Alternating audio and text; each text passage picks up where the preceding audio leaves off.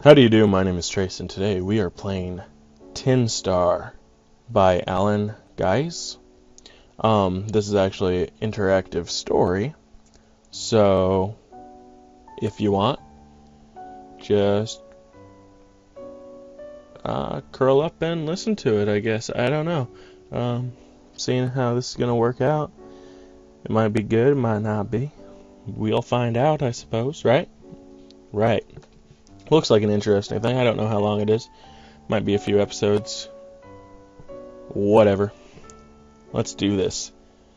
Dawn creeps steadily towards the sleepy city of San Francisco. A host of ships lie at anchor, with their sails furled as they bob in the bay. You turn from the ocean view as you reach the top of the stairs and find white turfs of woolly sheep drifting up the lush green hillsides to the east. Sunlight slowly broaches the uncluttered mountains until a golden sheen illuminates a crown of glory against an endless blue sky. Down below, the creak of metal-rimmed wheels rises up as the city awakens to a chorus of horses and carts. A hint of rain hangs heavy in the air and promises to wash every corner of the sprawling expanse clean. A fine morning, or it would be if not for the impatient whisk of a hangman's noose. The crime is murder, and the sentence is hanging by the neck until dead. The execution is to be carried out on this day, April 23rd, 1867. A stiff-shirted deputy intones as the noose is slipped around your neck. The lawman's pepper-box pistol remains holstered, but his fingers keep seeking the grip because he knows as well as you do that desperate people do desperate things. As the far corner of the platform awaits an ominous figure, a hangman in a flat black leather hood that refuses to shift in the early morning breeze. His hard eyes are fixed upon you, and his hand stays poised atop a simple lever. Beneath you, the trapdoor gives out a low groan, as if in morbid anticipation. The creak of rawhide about your wrist echoes the sentiment all too readily. A terrible stillness settles in. This is it. The end. As if hearing that very thought, a black-clad priest steps close with Bible in hand. "My child, you stand upon the final threshold," the priest asks with profound gentleness. The clerical collar about his neck is crisp, white, and, relatively speaking, tight about his throat. "Will you renounce Satan in all his guises?"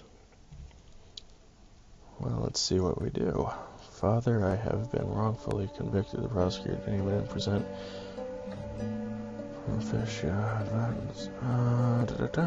all due respect for Padre. Now's not the time for making enemies. Skip ahead and I recommend for a first-time player. I have been wrongfully convicted." I mean, they didn't even show evidence, and let's see, this is 1867. That was a thing by then. I'm being wrongfully convicted. "My child, set aside each earthly concerns. Your time has come," the priest says gently.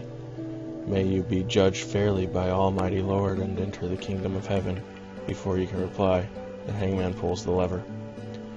It is a short drop followed by a long slide. The noose never snaps, although you strain in vain against that moment. At last, you tumble to a halt amid a dusty cellar. At the far end, a light of morning light sleeks in around a simple door and silhouettes a man in tidy grays that match his thinning hair and broad mustache.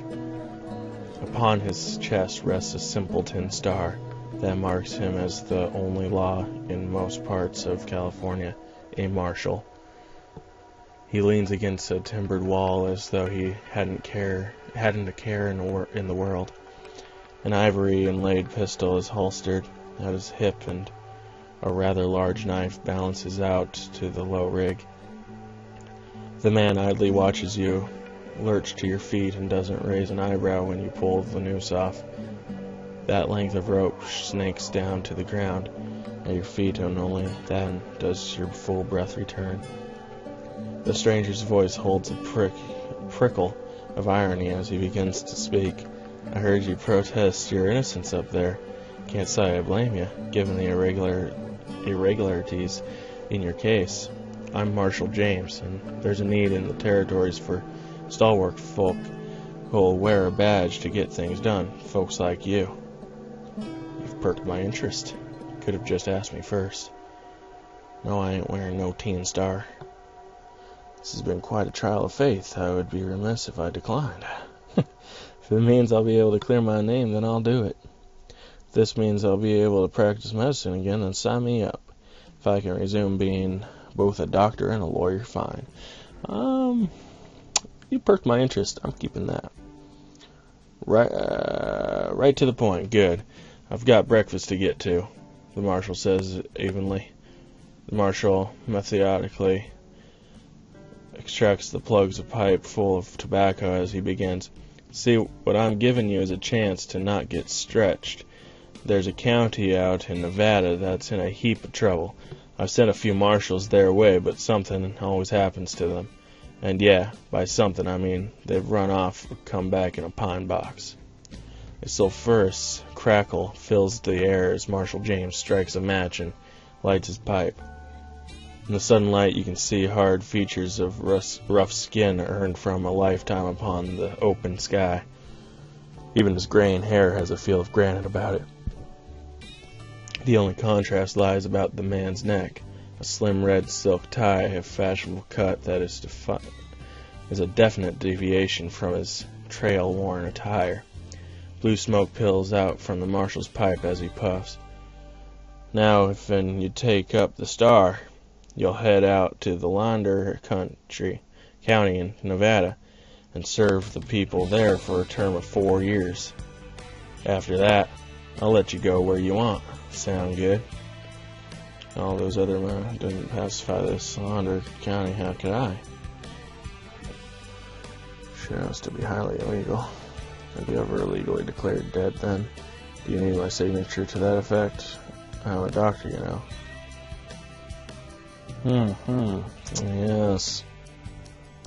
Yes, that's a truth. But you know what?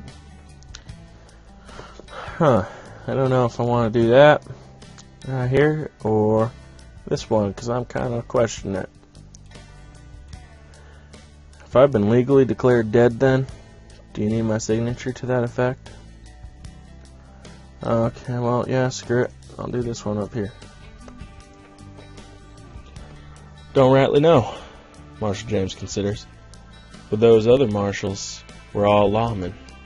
I'm kind of hoping you'll be different enough to succeed. The soft scrape of boots is heard from the scaffolding above. A steady whisk of an all too familiar rope being coiled up follows hard on its heels. Marshal James settles back by a narrow seam of sunlight that flickers through a warp in the wall and gives you a little nod. Glad we understand each other. I might seem a mite hard, and I am, but I ain't flicking my whip solely on account of needing a 10-star out in Lander County. You remember who you killed? That deed? What got you here? I did not kill that man. I did not kill that woman. I killed that man only because he would have killed me first. Yeah, I remember that guy. I don't know if it's a man or a woman. I did not kill that man. The jury saw it different, the Marshal notes. Saw it that way because certain persons paid them to see it. Now, revenge is a messy thing, and so I expect they won't stop until they ravage everything you hold dear. That is, unless someone intervenes. I'll take it that someone means you. You see anyone else here? The Marshal asked. The sun continues to rise and the day has nearly breached the last of the night. Little bars of sunlight continue to spill through the cracks in the wall until shadows begin to retreat. Now you're going to have to leave the state. Heck, you're going to have to leave behind your former life. But I've made special arrangements considering that. concerning that. The Marshal promises as clear as the coming day. What you leave behind will be kept safe. Now, you might be inclined to think that I'm holding hostage, and I expect you'd be half right. This way I can be sure you won't just run off into the wild, and because of that you won't be sleeping atop Old Boot Hill come nightfall. So, why don't you tell me what exactly I'll be looking after of yours here in California? Okay, so what I'm going to be coming home to. So, do I want a family? Do I want a good friend? Do I want a nice bit of land? My medical practice? My legal practice for doctors? My hospital lawyers? Let's see, we're in 1867. So I want a nice bit of land. I remember now. Yeah, it is a nice piece. I'll see to it that it's tended and taxes are paid while you are gone, Marshal James promises. Now then, lawyer, I've got a badge here. He holds up a simple 5-pointed star in flattened tin. Across the front of it, it's been etched with the word Marshal. Along one point of the dull silvery metal, there's a trace of dark stain that doesn't seem to scrub clean. With a flick of finger, he tosses it to you. The star's just tin. It won't stop a bullet. Hell, it won't even cut a steak. Just a hunk of metal of someone's chest, Marshal James says. The marshal who wears it has to make it shine by their own hand. So, tell me, what are you best at? Alright, let's see. Should I go with a real life me or my very perfect cowboy lawman type? Let's see. Intimidating people, persuading people, blowing things up with gunpowder and nitroglycerin, building things, being a lawyer, surviving in the wild, riding, brawling, sharpshooting, gunfighting. So, I'm good at gunfighting and sharpshooting and brawling. Let's do a eeny, meeny, miny, mo, shall we? Eeny, meeny, miny, mo. Get your tiger by the toe. If he hollers, let him go. Eeny, meeny, miny, mo. Gunfighting. There we go. My mother told me. I'm going with gunfighting. Alright, what are you good at? Oh, I'm good. Okay, I'm good at sharpshooting too. What are you fair at? Brawling. What you dabbled with? I've dabbled with being a lawyer. Legally understanding slightly increased. Well, I reckon you'll have to bulge on anyone who comes gunning for you, but you can't solve all your problems that way, at least not without doing more harm than good most times, Marshal James notes. Now, I know who you are, but can't go using your real name out there after all. You're dead in California. He removes a small sheaf of papers from his vest pocket. The imprint of birth certificate is apparent on the foremost, while other official-looking emblems can be seen atop others. Don't worry, none about people checking up on you. By the time they pry these from my fingers and figure out they've forged, your 4 years will be up. Just don't run for office afterward, he says wirily, while taps the end of the gold gilt pen. Now, let's get your working name. I am Mr. I am Miss. I am going to be a marshal. I'll be calling myself Marshal. I like that idea.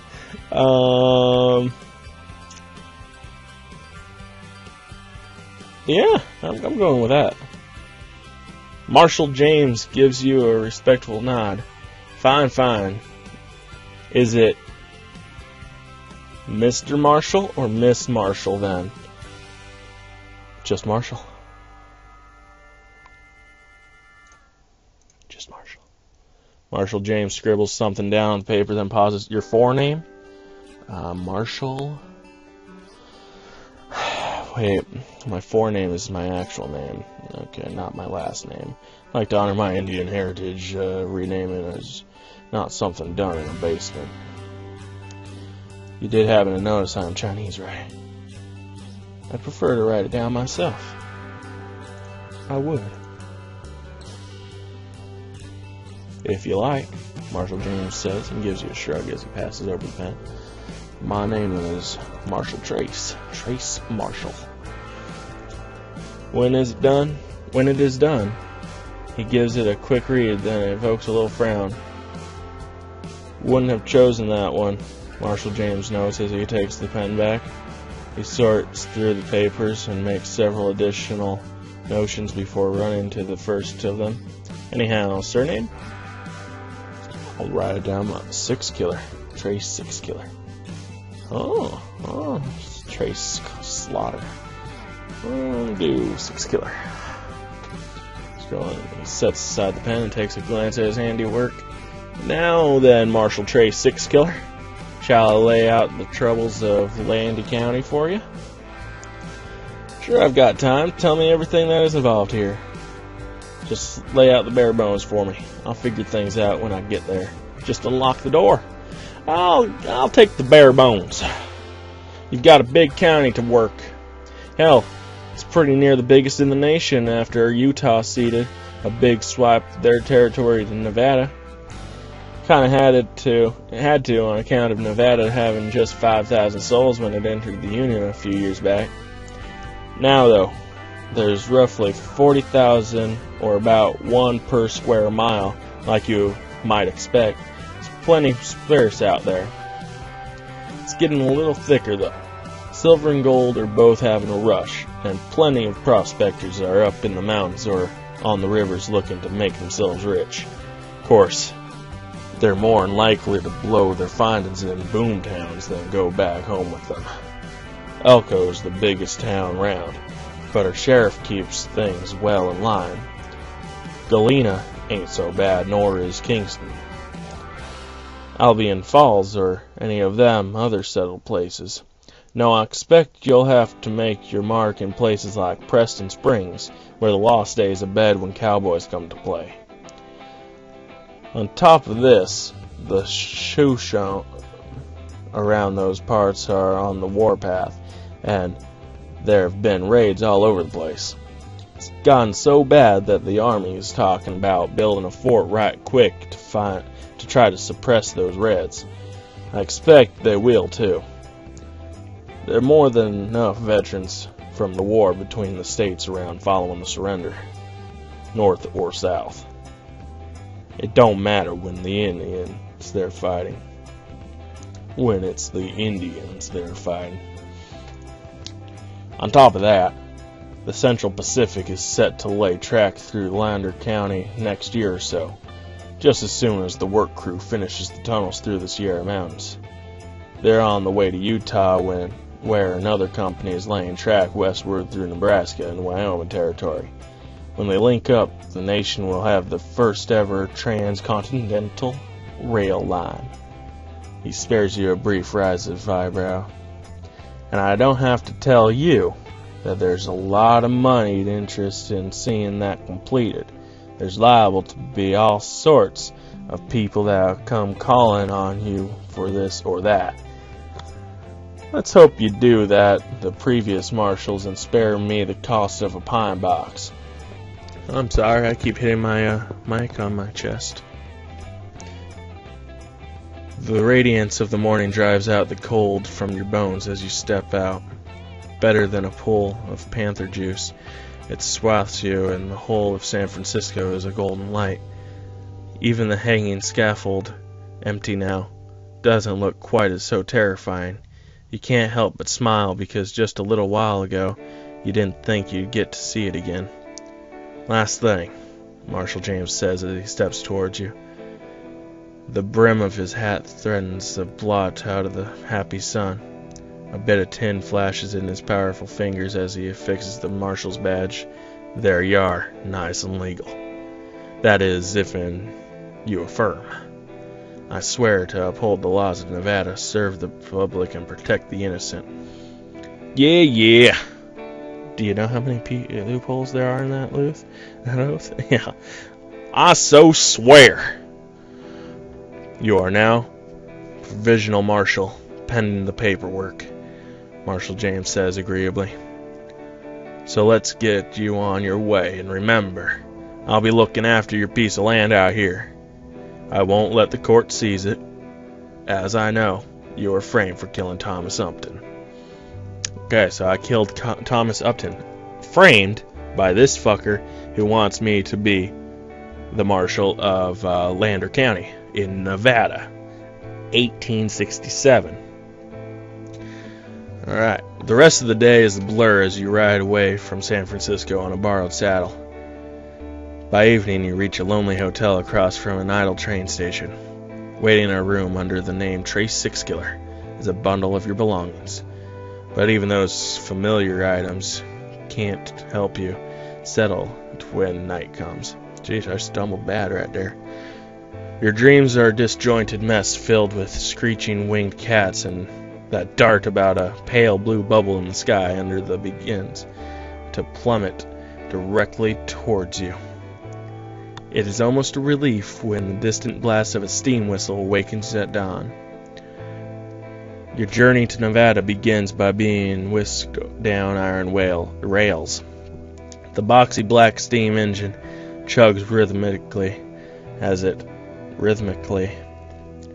it pulls both freight and passenger cars along at the speed no horse can match, or at least not for long. The engine drives you steadily eastward, pausing briefly at towns and villages along the way. Just out the window are men in bowler hats and tidy trim suits, cowboys in long dusters, and farmers in rough wool shirts. A few women, too. From sunburnt madres in calico to little girls in pigtails and sundresses. And they make it official. California is no longer the frontier. Even the fly-speck coaling and watering stations out in the middle of nowhere have a dispatch office now. In a few months, there will be little villages all along the line.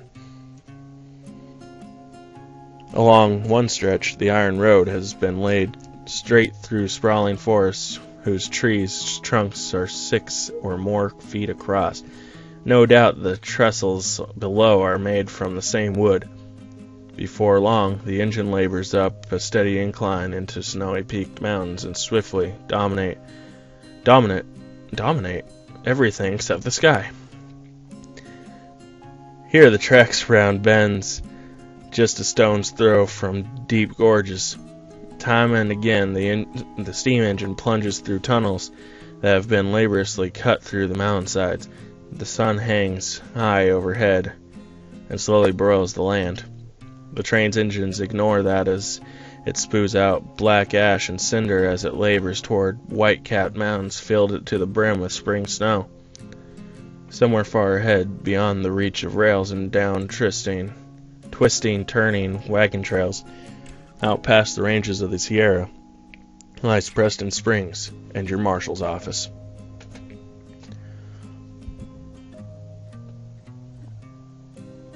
You know what? I think it's going to save me here. Show stats. Values, order, and freedom. Honor. Obituary. Law and individuality. Okay. Gunfight. Oh, this is my skills. Alright.